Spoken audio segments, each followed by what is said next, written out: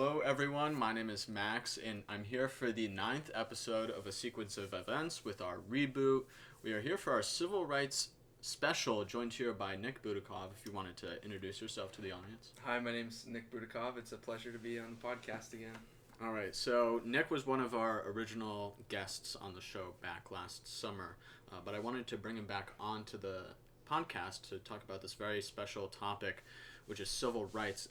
Given a lot of developments that happened both last summer and this summer, there's just a lot of developments when it comes to the movement, and I wanted to bring you back on because this is a topic that we talked about in the first podcast, so just as kind of like a revamp. And one of the things I did want to talk about was mass incarceration, which is one of the modern day issues of the civil rights movement. So I know you did a little bit of research beforehand. Do you want to share that with me? So wanted to talk about three strike laws, which is basically in 1994, the crime bill that was passed under the Clinton administration made it so that if violent crimes and other serious crimes are considered strikes in a three-strike system. And if you got three strikes, then you would receive life without the possibility of parole. Right. So three-strike laws.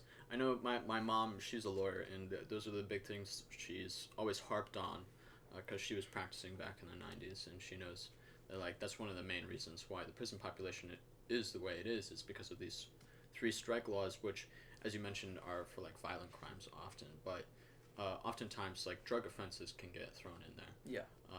If they rise to a felony level. So that's why a lot of people are in prison now. Looking back to the Clinton administration, though, do you think it was justified in the moment? Because I know in the early 90s, you had this rate of crime, and a lot of people were scared of these super predators and stuff. So do you think it was justified back then, and we realize now that it was a mistake? Or do you think there were maybe Clinton was conscious in knowing what the bill would do?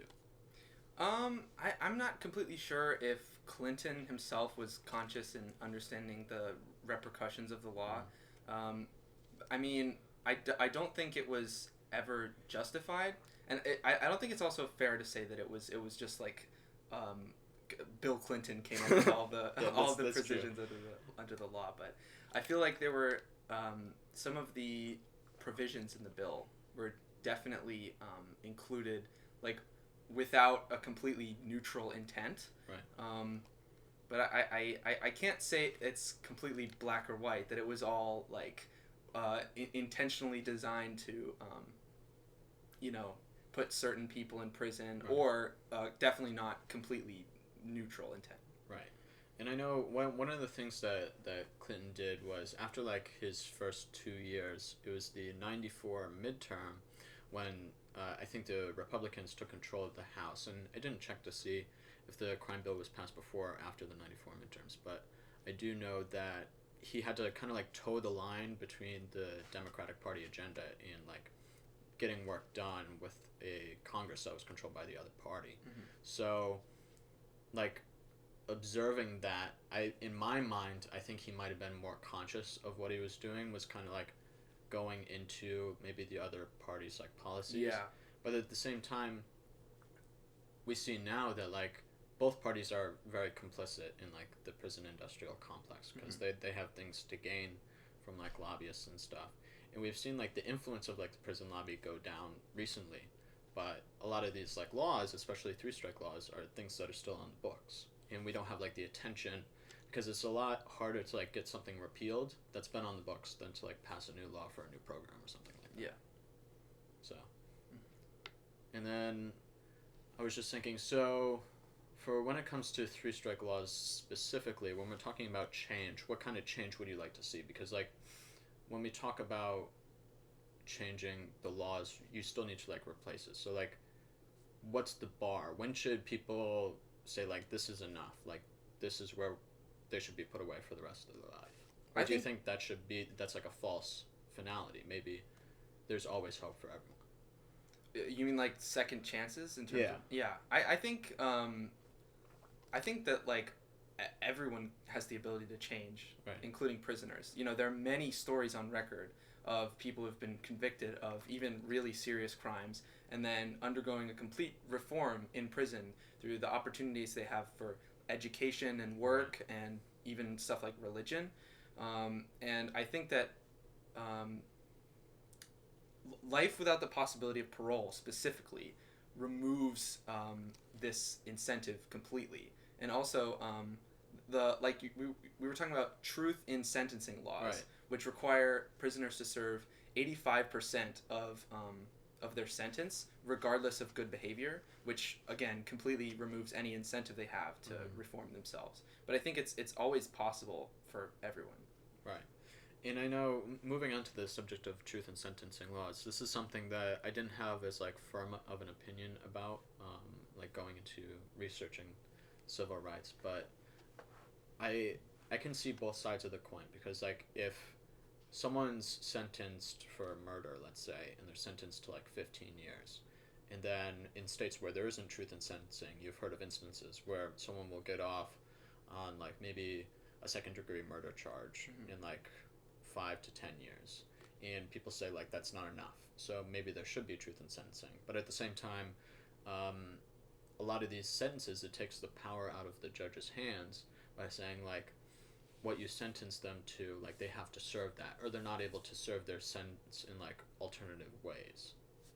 Yeah, I think it's sort of fundamental to the American justice system that Right. a judge has the power to the discretionary power to Right. consider both the mitigating and aggravating circumstances that led to a crime, and that will allow them to determine, whether or not a mandatory minimum sentencing should be like given. And these laws take all of that power from the judge, and it basically makes any discretionary they have superfluous. Yeah, exactly. It kind of like removes the point of the judge at that point. Yeah. And like you see, especially for like non-violent drug crimes, for example, like the judge is kind of just acting as like a rubber stamp on what the prosecution is telling them to do, because they don't have much choice in the matter. Because when it comes to like mandatory minimums for drug laws, it's like a large sum of judges would much rather like sentence someone to like an alternative way to like rehabilitate themselves for like what they did, especially like non-violent drug crimes or like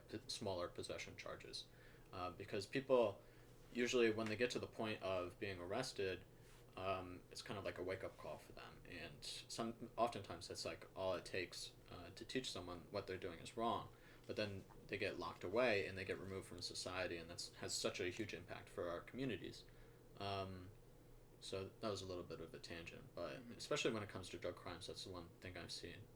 Mandatory minimums are often much higher than they need to be. Yeah, I read an interview with a judge, Mark Bennett, in Iowa, and he said that like he could ask all 660 of his coworkers at the court that he worked at, and all of them have the rule that they would give less of a sentence if there was no violence involved in the crimes. And these sort of omnibus crime bills that prescribe the same sentence for crimes that are in completely different circumstances kind of completely removes that distinction. And you, at that point, you stop treating the individuals being tried as people.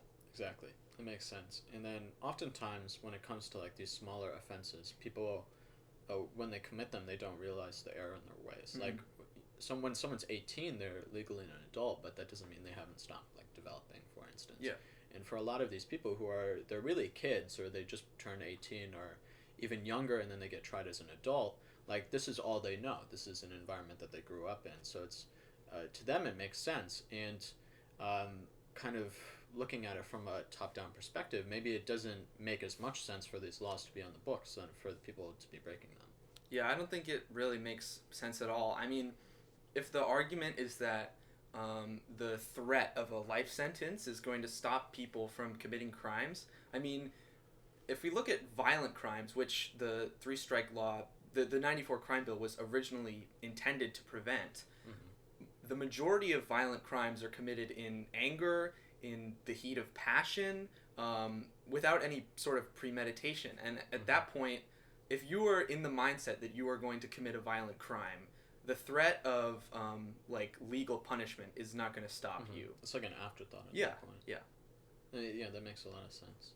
Um, Thinking about more violent crime, do you think at this point, like drug offenses, unless they're like very serious, like distribution charges, maybe, do you think they shouldn't be considered as like felony charges, or like is there still a bar for like I know possession, there's a bar between I think a misdemeanor and a felony. Do you think those kinds of laws should still be on the book? I think there's a line somewhere. I think that currently it's too far.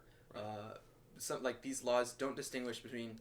There is a real distinction between someone who's selling methamphetamine for profit, and not because like they need it to survive, Right. and people who are buying drugs just to fuel their addiction.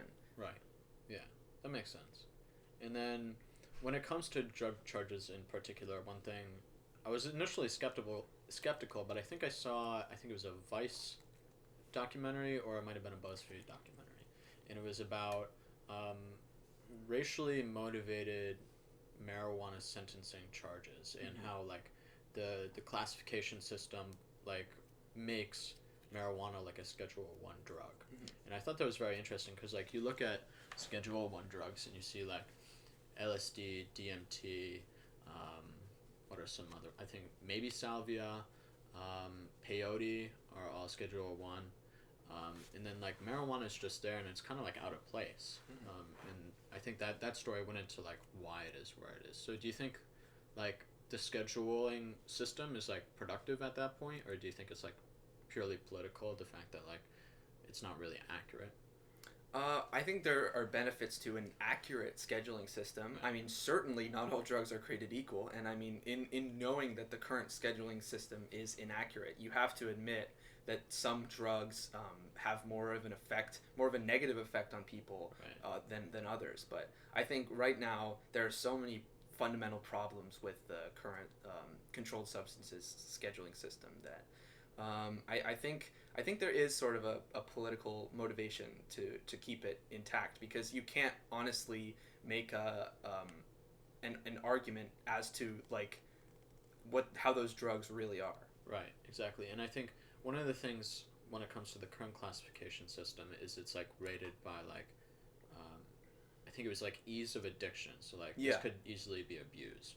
And like there are like cases where like marijuana takes over someone's life, but it's not like you like smoke a joint and you get addicted. That's not how it works.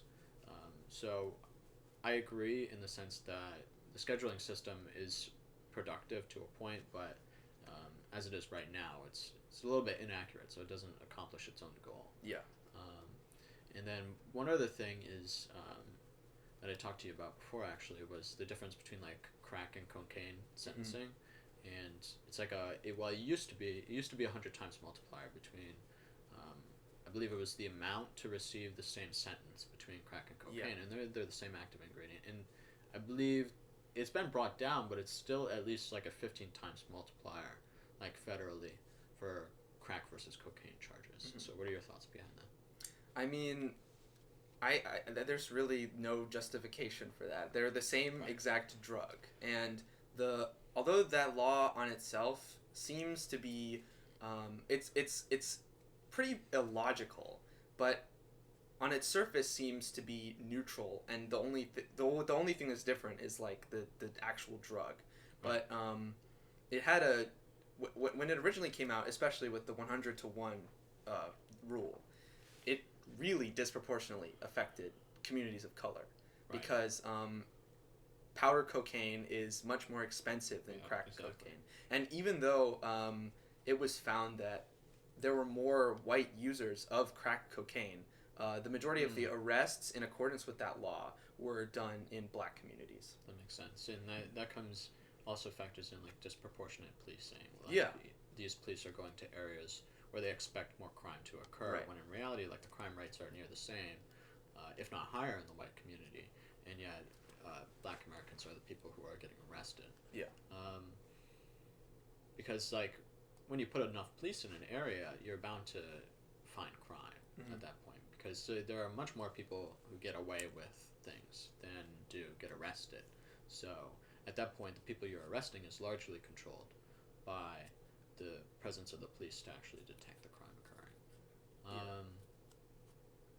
that being said, do you think it makes sense for us to get rid of like drug charges completely? Because that is one movement entirely, is to make all drugs legal, no matter like how harmless or harmful rather. Like for instance, like some people advocate for like the legalization of heroin, or it should be allowed to do this. And it's obviously a slide rule. Obviously, like you have like ketamine clinics now becoming more acceptable. And like if you ask someone 10 years ago, like you can go do ketamine legally in some places, it would have kind of blown their mind. Yeah. So do you think like overall drug, like permitting them to be used is a good idea, or do you think it again it's somewhere in the middle? I'm not entirely sure.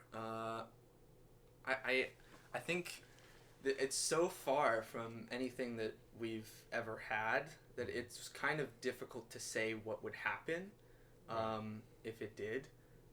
Right now, I'm not so sure, but I'd say like I'm not completely closed off to the idea of doing something like that. Because I know one thing I watched, I think it was like regarding the use of like LSD before the war on drugs, and it was like it because during the war on drugs and even now, like LSD and psychedelics are seen as like it'll like rot your mind, that'll do all these things to you, and but before the war on drugs, there wasn't this painted narrative about it. So like in academia, for instance, it was much more widely accepted, even like on college campuses by used by the students. But then it got painted like LSD, it'll like turn your brain to mush or something like that. So it's hard for us to have a perspective now because many of us were born like in the heat of the war on drugs. Like you and I, for instance, were born during like the Bush administration, which largely continued a lot of these enforcement policies that were set up by previous administrations. But I think it's not too difficult to like look back in time and see how things were before these like drug charges were so ostracized, because I think we've kind of defaulted to this mode of like punishment for people's behaviors when something like a drug charge or like examining why someone might be using the drug is more of like a health issue rather than a sentencing issue. Yeah, that's one thing that I wanted to mention that I forgot to before you started talking about LSD. So one reason I think it wouldn't be possible right now is that American healthcare system is so terrible, and because these drugs are illegal, there's really not much. There's not a good public health infrastructure for helping people who are addicted to illegal drugs, which exactly. It creates a sort of like positive feedback loop for them. But I think the idea that punishment should be the route rather than something like rehabilitation is completely flawed. Not only with drugs, but with basically all crime.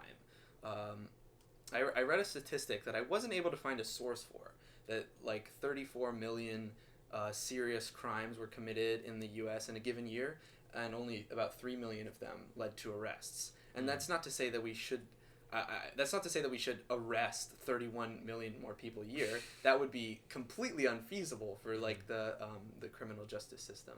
But I think it speaks more to the fact that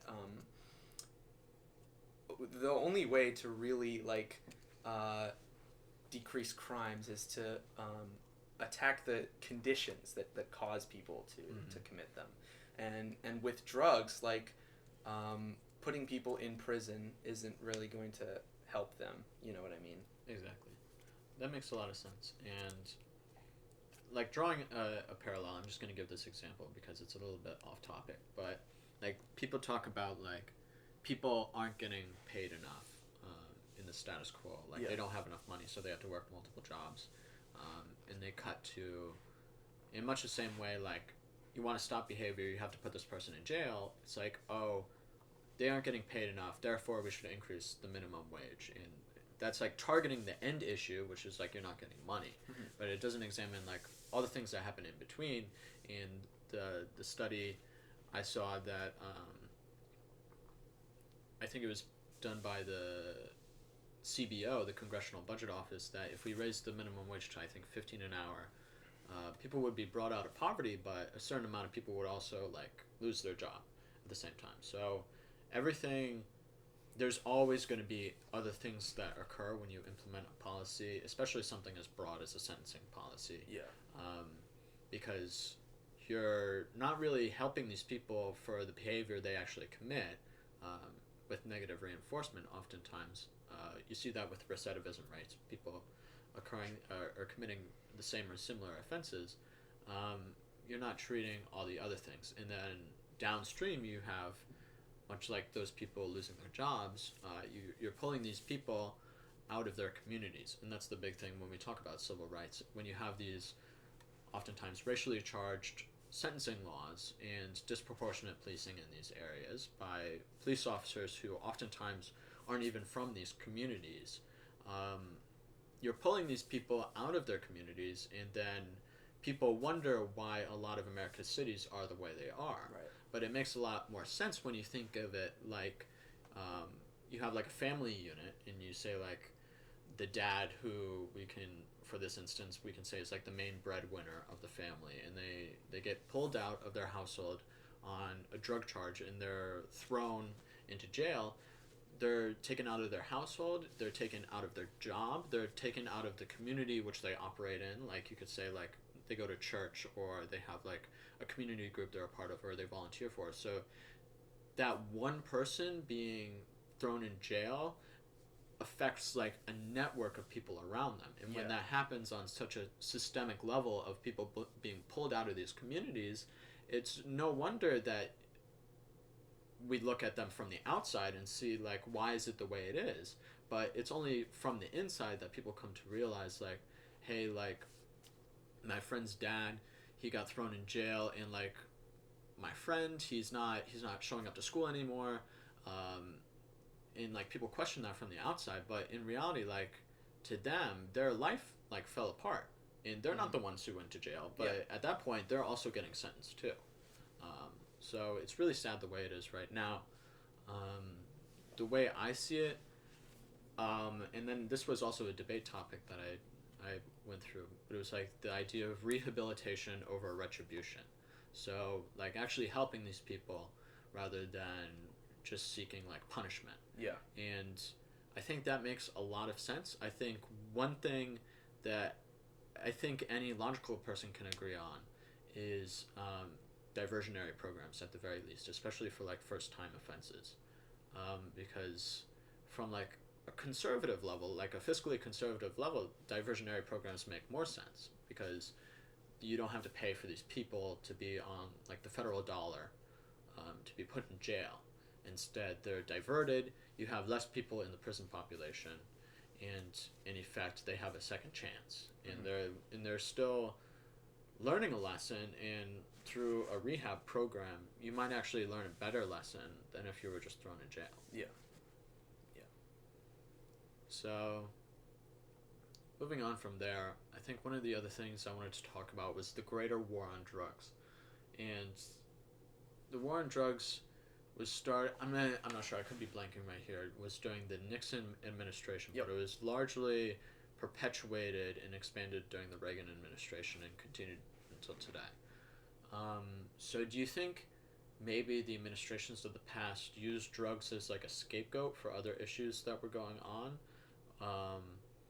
Or do you think, like, what do you think their motivation was behind doing what they did? I know their motivation for what it was. I think his name is John Ehrlichman, Nixon's domestic policy advisor, admitted in an interview in 1994 that it was the war on drugs was intentionally started to attack basically black people and anti-war people. I know that quote. Yeah, he said something. I don't remember the exact quote, but he said he couldn't make it illegal to be against the war or against black people. Exactly. So by associating like the hippies and black people with drugs that were like considered taboo in society, they could like he admitted the facts about the drugs that the policies were based on were completely false. Right.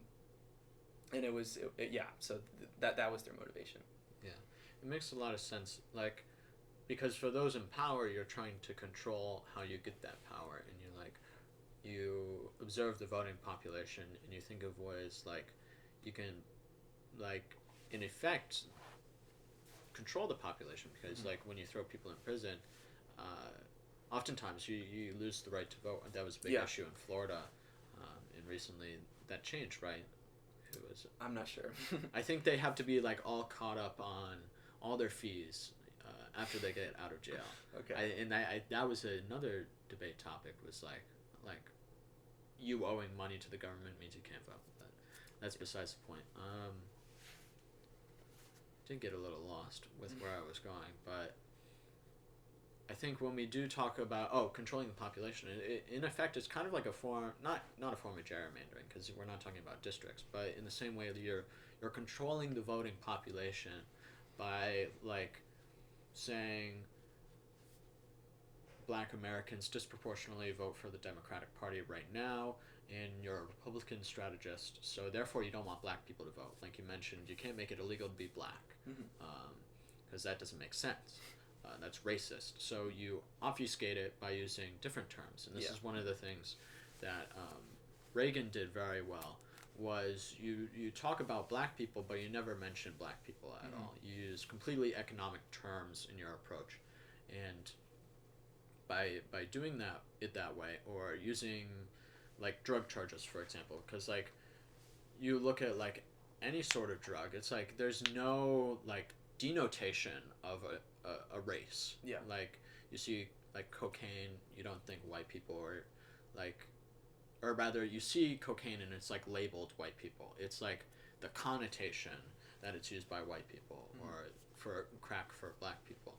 So in that point, it's like, yes, economic terms, like they don't have a racist denotation, but it's the actual implementation of these policies and the connotation that they have that really matters. Because a word has two parts: it's the denotation and the connotation. So you can argue about like how some of Reagan's policies, like at a theoretical level, might be good, like trickle down economics. Like it makes sense, like logically in your mind, but in effect, what actually happens is much different. So in much the same way, circling back around to the drug charges, it makes sense for us to be locking these people away. Like we shouldn't be encouraging these behaviors, but at the same time, like maybe they should be given a second chance. Like, because at first thought you want people to be punished, but that doesn't really do much in the end. So, and there was this one thing that I saw. I think it was in a particular area. It was the Deep South. I think it was either Alabama or Mississippi, and it was like, they were like, I'm gonna butcher this completely because I don't remember the exact numbers, but it was a large sum of people in I think it was a county, and, or maybe, I'm trying to remember now. Maybe it wasn't that. So one statistic that I do remember when we were talking about like controlling the voting population is 1/3 of Black men will have gone to prison sometime in their lifetime, or it was either gone to prison or have been charged with a certain charge. So when that happens, you have up to 1/3 of these people who are like voting Americans who are then stripped away of their voting rights. At such a huge level, like 1/3, like it's hard for us to think, because like when you're college age, like it's like a novel thing to be able to vote, and you kind of take that ability for granted. But for a lot of these communities, they're just not able to vote. So I thought that was very interesting. Yeah, I hadn't really considered. I read that quote, and it never occurred to me that could have been an attempt to like modify the voting population permanently. I just sort of I saw it sort of at face value as just a racist policy, but that is a good point that I hadn't considered. And it's kind of dichotomous in that nature. Like everything's a power play. Yeah. So on the one hand, like you had initially thought, it was like a racial power play, like trying to put down the black race to reinforce like this white supremacist view. Mm-hmm. But at the same time, it's also a power play of keeping like favored people in office. Yeah. And it's a power play that coming to now in like 90s to now, both parties have employed, trying to get more power by taking lobbying money from the prison complex. Republicans and Democrats alike take this money so that they can spend it on their campaigns, so that they can retain their power, but the other power play is this putting down Black Americans who are disproportionately impacted. Yeah, and I mean it becomes even more explicit when you consider it wasn't just black people they were trying to target with those policies. It was also the anti-war left. Exactly. And obviously, disenfranchising a lot of those people is going to guarantee more money for you. Exactly, and that's tied in with the broader part of the civil rights movement, because looking back to back then, one of the things that a lot of people often neglect to remember is it was taking part coincidentally with the Cold War. Mm-hmm. So when you talk about like these black people and then these left-wing activists, the government made it illegal to be like a Communist Party member. Right. To that point. So this expression of like your political ideology is made illegal.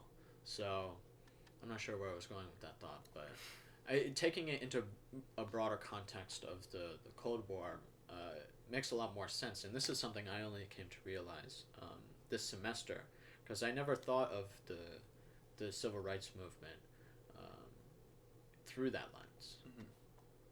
Yeah. Do you know when,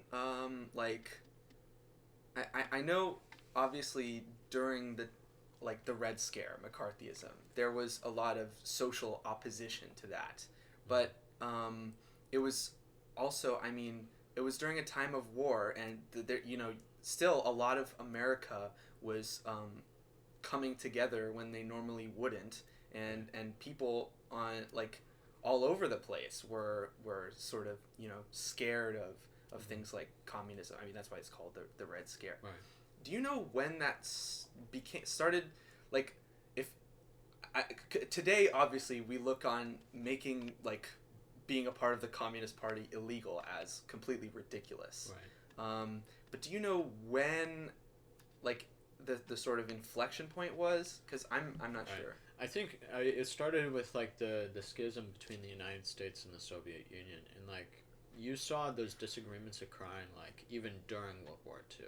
When, because it's not naive, but it's very simplistic to consider the Soviet Union to be part of the allies with the United States during Right. World War II, because you saw the United States was at war with Germany, And meanwhile, and then the Soviet Union wasn't at war with them.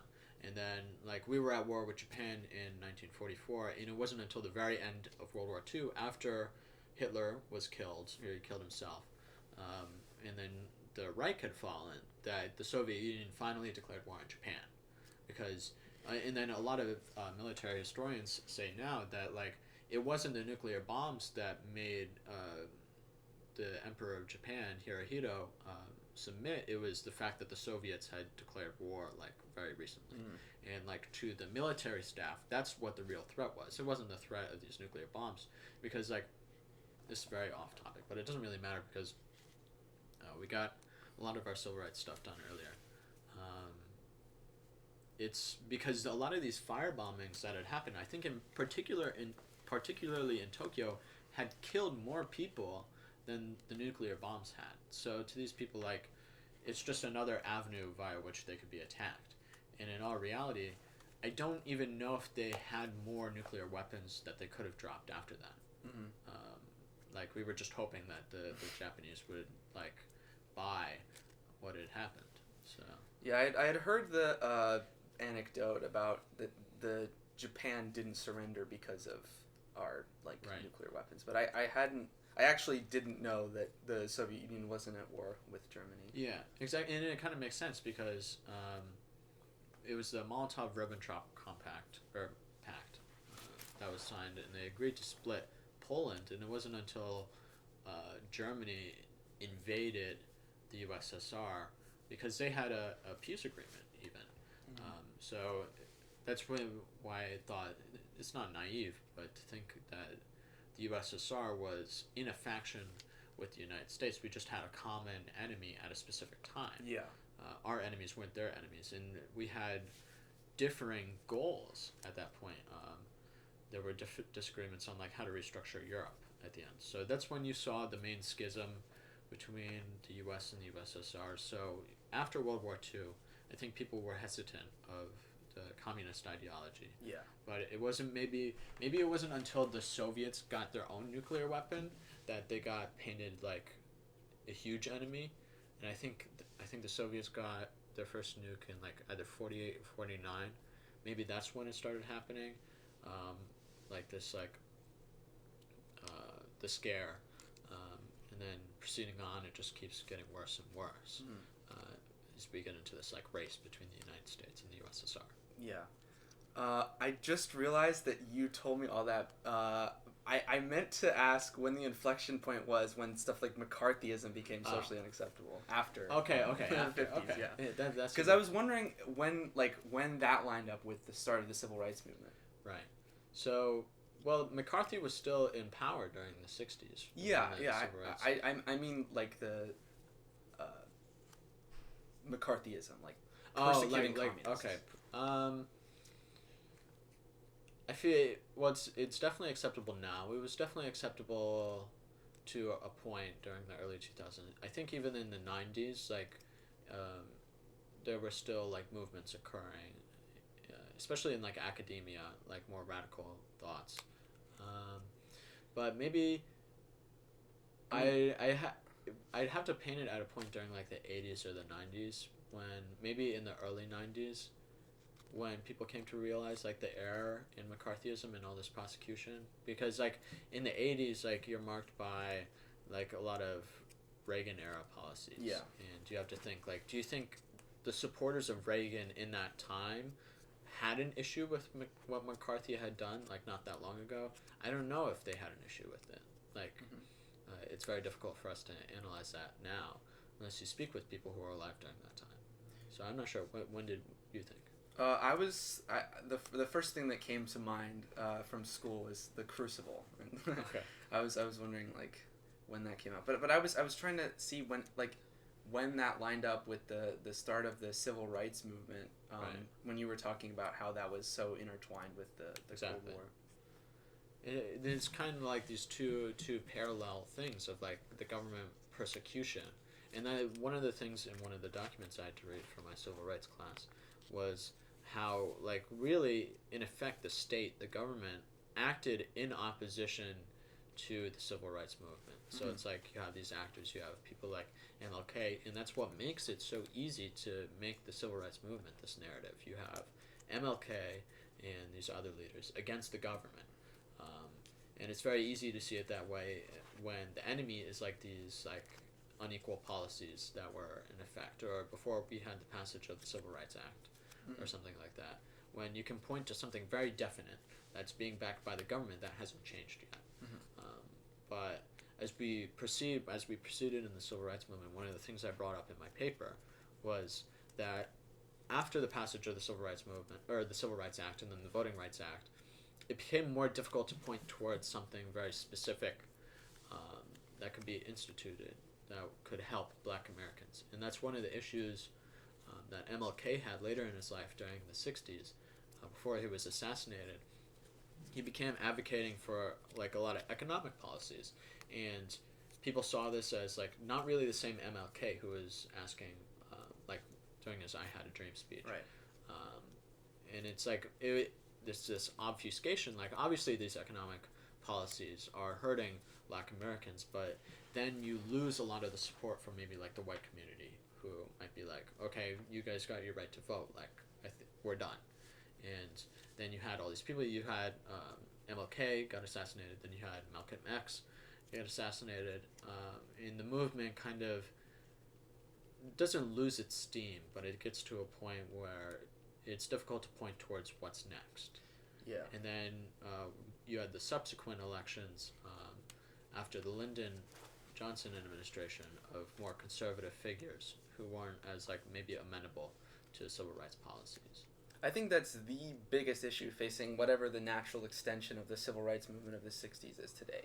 Because there are people today who still make the argument that racism was ended in 1964 with this passage of the Civil Rights Act. Exactly. Because it's no longer socially acceptable to explicitly codify it in laws like we were talking about. But it obviously, there are still so many laws that disproportionately affect people of different races. Exactly. And just tying into what Nixon's advisor was saying, it's not socially acceptable to explicitly point at these people, so you obfuscate it in economic terms, and then you apply what are on the surface completely neutral laws in a way that is completely unjust. Exactly. And people are sort of in ignorance of the fact that stuff like that exists. People say, systemic racism doesn't exist. That's just because it's so deeply embedded in so many of the systems in America today.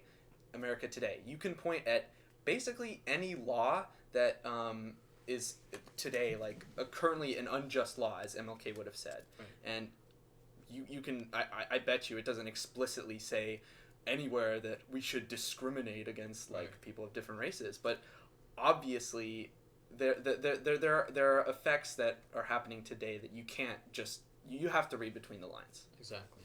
And then that's one of the things, and this is rather naive, is like people like Ben Shapiro say like when talking about systemic racism, they're like point towards the law that like says like we're discriminating against black people. He's like, or where does it mention against black people? And it's like, it's very like maybe like childish in the sense to say like it doesn't need to say like, oh, black men are going to get sent to jail. It's like no law says that. Right. But as you said, you have to read between the lines to realize like that's in effect what happens. And when you talk about other policies, economic policies, I'm thinking redlining, access to credit, impacting accrual of wealth. One of the things when it comes to people going to prison, it breaks up people's ability to accrue wealth within their family. You look at the average white family wealth versus the average black family wealth. I'm forgetting the exact statistic, but it's like I want to say it was like a 10 times multiplier between the average white American family wealth and black. And that's how a lot of these policies in effect keep the black population in America suppressed, because they're not able to accrue wealth, and they're not able to then be able to express their views through their wealth, because especially in today's like digitized era, money is speech. So those who have a lot of money, they're able to pay for like political change or put their money behind a candidate, and only through like very, very strong grassroots movements where you have just a sheer number of people putting in maybe a little bit of money or like donating their time, that you're able to affect change, because they don't have these like large sums of money to be able to like impact things. Yeah, and I think that sort of ties into policies that are sort of akin to affirmative action. I don't mean just specifically the realm of academia. Like that's a whole long debate. But in general,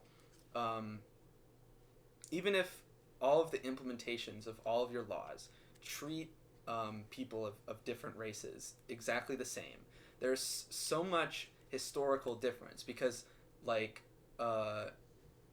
you have to make the assumption that like in economics, ceteris paribus or whatever it is, all things remain equal. Yeah, that the market will just resolve itself, and then there'll be no economic disparity. But like that has not proven to be true over the past several decades. Exactly. Like people who grew up generationally in previously redlined districts, Exactly. it's hard for them to get housing elsewhere, because like it's harder for them to sell their house and then get enough money to or have a house somewhere else. You have like houses I think in Detroit that are selling for like $5 or something. Oh my because God. because no one wants to buy it. No one wants to like take responsibility for this property, and that's why one of the things I remember Andrew Yang ran on was like paying, I think, for this like federal program to like demolish these houses because they're like a threat to public safety. Like these houses could get lit on fire. They can become like drug dens because like no one's taking responsibility for them. Right. The bank, if they foreclose on someone, that's why they're being sold for $5. Is because they don't want the responsibility either. Yeah. So a very astute point that you brought up. Like even though redlining policies might not be in effect now, like a lot of these people, they're living in the same houses that their parents grew up in, that their grandparents grew up in. So just because you remove the negative stimulus doesn't mean that these communities are like back to normal or they're on equal footing, because that's not how it works. And even going back to the civil rights, or the end of the Civil War rather, and Reconstruction, one of the policies that didn't happen, largely I believe due to the death of Lincoln, was there was no like redistribution of like slave owner like land, property, or like wealth to like the slaves, the formerly enslaved people. Yeah. So they didn't have that much power after that, and oftentimes slave owners got their land back. They just needed to write. I think like they needed like an affirmation to the United States government or something, and then they got their voting rights back, and they got their land rights back, and I believe some of them were even able to run for office. People who are within the Confederacy.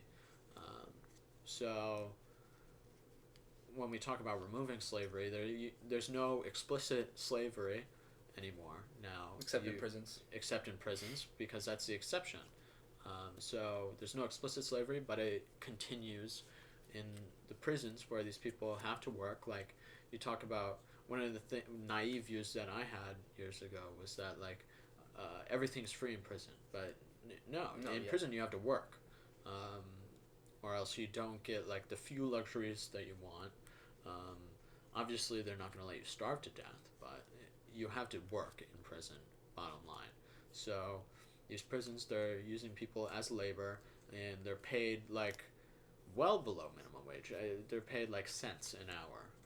I'm not sure if that's correct, but it's very, very low what these people in prison are getting paid. And then they're charged exorbitant amounts to make like a phone call to their family. Yeah. Like the hourly rate is huge, or the minute rate. I mean, it is explicitly legal for slave labor in prisons. Exactly, yeah. It's the exception to the 13th Amendment? Yeah. Except in the case of when someone commits a crime. So it's very interesting. There's always loopholes. Yeah. And like you look at the 13th Amendment and you say like, except in the case of when someone's in prison, like it makes sense. Like, oh, maybe it makes sense for people in prison to be doing work, but in effect, you realize that this is just an extension of slavery. Yeah. So it doesn't make a lot of sense. Did you have any other thoughts? Because I know we are on a little bit of a tight schedule, but is there anything that you researched that you wanted to talk about in particular? Nothing that's coming to mind. I think I said a lot of what I researched. So. All right, sounds good. Well, thank you all for joining us. Sorry that this was a shorter episode, but I hope to come out with more in the future. This was the end of our 9th episode after I think, how long was the hiatus? About a year, I think. The last episode I came out with was maybe like September of 2020. Maybe it was even August. But we have a room. This is Studio B, and more to come. Thank you all for watching.